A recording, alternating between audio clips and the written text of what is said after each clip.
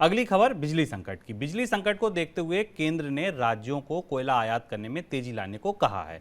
ऊर्जा मंत्रालय ने राज्यों को और प्राइवेट सेक्टर की कंपनियों को चिट्ठी लिखकर आयात बढ़ाने के लिए कहा है। चिट्ठी में जून के अंत तक 190 लाख टन कोयले के आयात करने की बात कही गई है। गर्मी बढ़ने की वजह से देश भर में बिजली की मांग बढ़ रही है और उत्पादन करने वाली कई इकाइयां कोयले की कमी का सामना कर रही हैं। सर, क्या इतनी बड़ी मात्रा में कोयला आयात हो पाएगा, और हो पाएगा तो उसका पेमेंट कहां से जाएगा? शुभम, ये खबर जो लोग भी भारत की ऊर्जा सुरक्षा को लेकर या भारत के ऊर्जा क्षेत्र की परिस्थिति से निकटता रखते हैं उनके लिए बहुत चिंता पैदा करने वाली खबर है।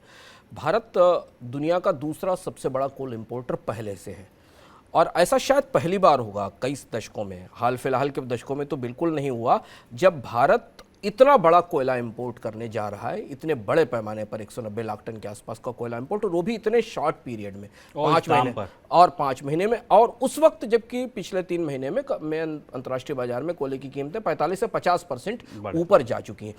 ये इसका असर हमें ये समझना होगा कि इसका असर बहुत गहरा और व्यापक होगा। और अगर ये आयात हो पाता है, राज्य सरकारें इतना पैसा अपने बजट में रखती हैं कि वो इस इंपोर्ट का पैसा दे सकें इस महंगी कीमत पर, तो जो आंकड़े बताते हैं कि जितना इंपोर्ट पिछले पूरे 6 साल में हुआ उससे ज़्यादा होगा। पूरे पिछले 6 साल में जितना भारत ने कोल इंपोर्ट किया उससे ज़्यादा इंपोर्ट की नौबत हमारे पास है, क्योंकि 10% ब्लेंडिंग की छूट प्राइवेट कंपनीज को मिली थी इंपोर्टेड कोल को भारतीय कोयले के साथ मिलाने के लिए।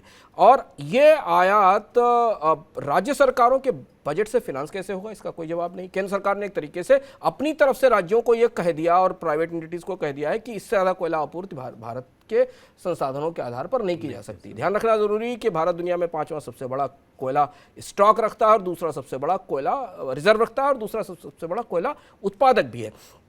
अब ये आयात राज्य सरकारें, अगर उनके बजट्स में पैसे होंगे, उनके पास फंड्स होंगे, वो बारो करेंगी, वो कहाँ से कर्ज लेकर ये कोयला महंगा खरीदेंगी? पहला सवाल तो ये पता नहीं, क्योंकि अलग अलग राज्यों को अपने अपने फाइनेंसिंग के अरेंजमेंट करने पड़ेंगे। दूसरा सवाल ये कि इतना महंगा कोयला खरीद कर वो जो बिजली बेचेंगी वो सस्ती रह पाएगी कि नहीं रह पाएगी, और अगर वो बिजली सस्ती ही रहनी होगी तो राज्य सरकारें उसे खरीदेंगे नहीं। डेडलाइन बहुत शार्प रखी है केंद्र सरकार ने, जून के अंत तक का टाइम दिया है आधे के लगभग कोयले को इंपोर्ट कर लेने के लिए, यानी 2 महीने में। आप सोचिए 2 महीने में भारत इतनी कोयले की डिमांड लेकर अंतर्राष्ट्रीय बाजार में जाएगा तो बाजार में कीमतें किस स्तर तक बढ़ेंगी।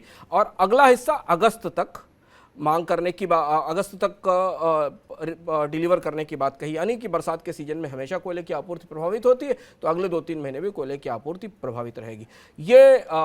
ये भारत के विदेशी मुद्रा भंडार के लिए आने वाले समय में चुनौती बनेगा।